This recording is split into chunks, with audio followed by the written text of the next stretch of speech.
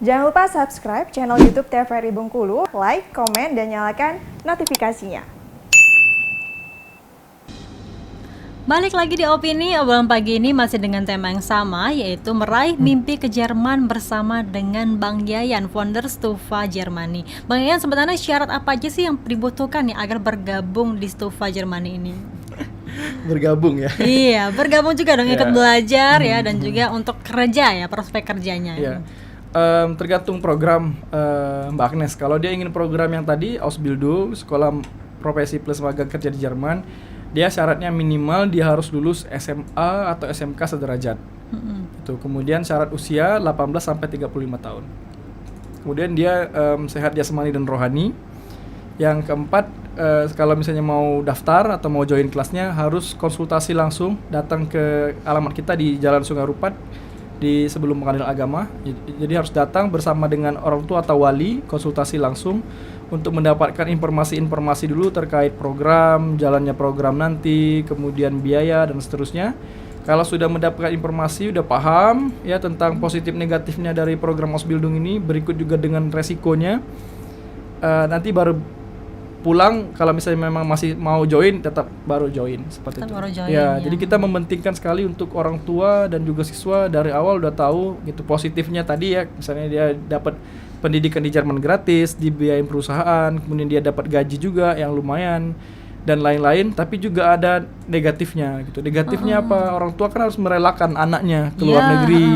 Kemudian anaknya nanti ketika di luar negeri harus berjuang, dia punya mentalitas yang bagus dan seterusnya. Itu kita mau sampaikan di awal. Karena kita nggak mau mereka yang berangkat ke Jerman ini hanya ekspektasinya, oh nanti di Jerman jalan-jalan misalnya, oh nanti di Jerman tinggal di Eropa, foto-foto bagus segala macam, di luar dari esensi yang mau kita jalani untuk mereka. Itu kan mereka mau pendidikan gitu, mau belajar sambil bekerja gitu, bukan mau jalan-jalan gitu.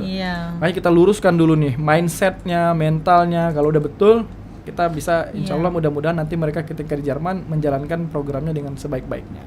Sebenarnya profesi apa saja sih Bang yang bisa kita geluti di sana ya? Karena ada beberapa profesi yang tidak bisa digeluti oleh orang asing ternyata ya. Betul. Jadi yang bisa, yang peluangnya terbuka itu untuk Ausbildung, itu kita bisa Ausbildung di bidang gastronomi, itu pariwisata, di bidang perhotelan, koki, kemudian spesialis restoran dan juga pastry.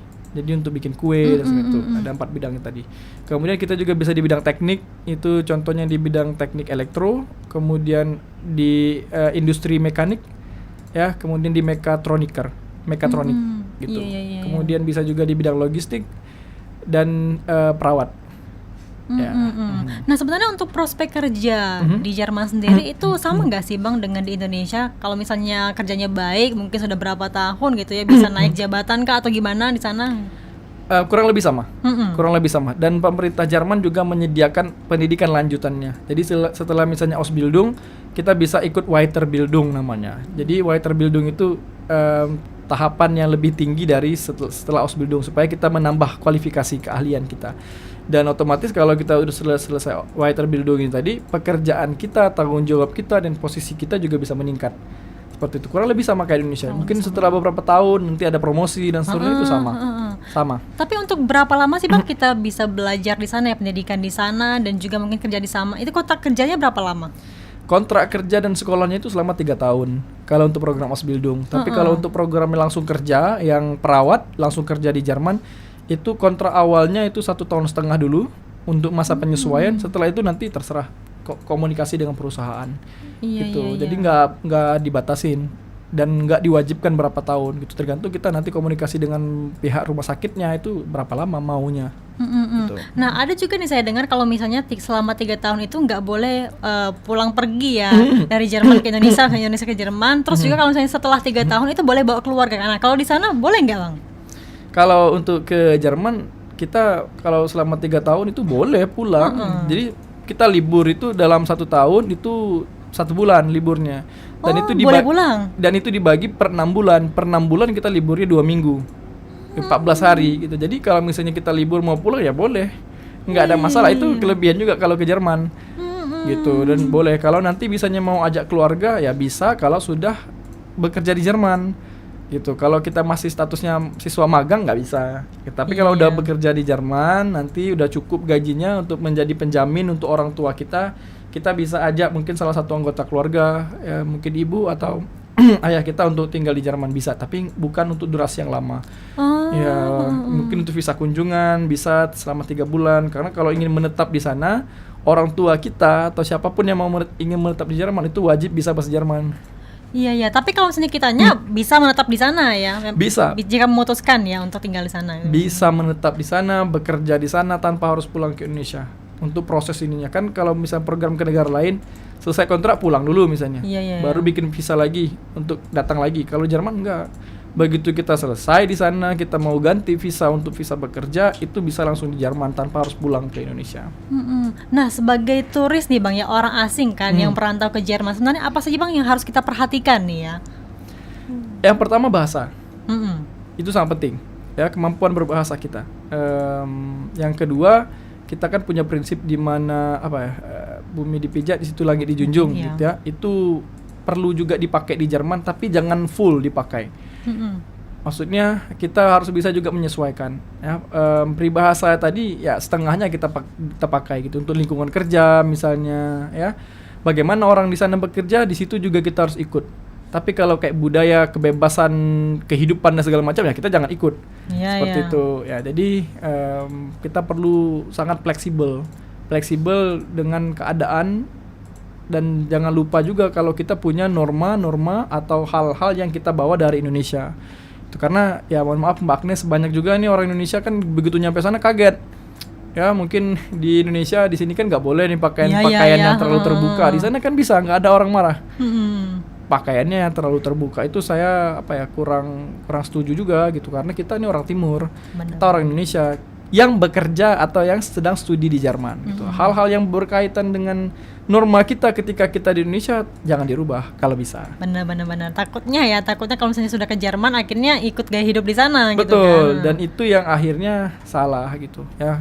Misalnya saya Yayan gitu ya. Saya ketika di Jerman ya, saya Yayan orang Bengkulu yang tinggal di Jerman. Bukan Yayan yang orang Jerman gitu yang harus mengikuti, bukan gitu. Karena banyak orang yang ketika nyampe sana lupa diri gitu karena pergaulan dan segala macam gitu. Jadi sebisa mungkin, termasuk juga dengan murid-murid saya udah bilang gitu ya. Ada yang mengikuti, ada yang enggak, bisa jadi ya. Saya bilang hanya kalian yang tinggal dan bekerja di Jerman. Jadi hal-hal yang tidak ada hubungannya dengan itu jangan diikutin, termasuk dengan norma, kehidupan, budaya. Kita tetap orang Timur, pertahankan itu. Dan itu sangat-sangat penting. Iya. Nah, untuk jam kerja dan juga jam pendidikan di sana sama nggak kayak di Indonesia? Kalau kita kan jam 8 masuk ya sore pulang. Kalau di sana? Di sana idealnya berapa lama gitu? Di sana 1 minggu itu kalau kita full kerja Senin sampai Jumat 40 jam. Jadi per hari itu 8 jam. Per hari 8 jam. Jam kerjanya. Betul. Jadi sip-sipan gitu. Jadi satu sip itu 8 jam. Hampir sama lah ya gitu ya. Hampir sama lah dengan kita. Tapi kalau untuk disiplin banget nggak sih Bang kalau di sana? Kalau kita kan iya misalnya janjian jam 8 gitu kan. Jam 9 baru ngumpul gitu. Kalau di sana gitu gimana? Nah, ini ada cerita sedikit lucu juga. Jadi waktu dulu saya pernah di Kaur ada acara gitu ya, di undangan itu jam 8. Iya. Acara seminar lah waktu itu. Saya iseng mau ikut. Terus saya datang dong, jam 8 saya datang di sana. Terus bilang, "Ini kenapa saya datang itu dengan panitianya malah." Jadi saya datang itu duluan saya dari panitianya gitu. Jadi baru ini kok akhirnya baru mulai itu jam setengah 10 atau berapa gitu. Nah, di Jerman nggak seperti itu sistemnya. Jadi kalau misalnya kita janjian jam 8, itu jam 7.55 kita udah di sana. Paling nggak itu 7.55 kita udah di sana, kita udah nunggu rekan kita untuk kita ngobrol. Ataupun kalau telat misalnya itu masih bisa ditolerir sekitar 15 menit. Iya, kalau lebih dari itu udah nggak bisa lagi. Betul, itu pun pasti dengan pemberitahuan. Jadi kayak misalnya dia udah tahu nih jam 7.30 nih misalnya, kan janjian jam 8. Dia udah kasih tahu duluan. Bro misalnya, maaf ya agak telat dikit nih karena mungkin nanti perkiraan jalan macet misalnya. Ini mau nunggu atau kita bikin janji lain? Ya tunggu aja 15 menit nggak masalah misalnya. Oke, ditunggu. Kalau kita kan nggak, misalnya kita udah nunggu nih. ya teman kita nggak datang, besoknya baru dia ngasih tahu, sorry ya Iya, bro iya, iya. kemarin. Nah itu kan Atau OTW padahal baru OTW mandi iya gitu. padahal baru mandi dan segala macam. Itu beda sedikit dengan kita. Beda budayanya Iya. ya. Oke Bang Yan, kita jeda dulu nih Bang Yan. Nanti kita bahas lagi terkait dengan tema kita yaitu meraih mimpi ke Jerman. Pemirsa, kami akan kembali setelah jeda pariwara berikut ini.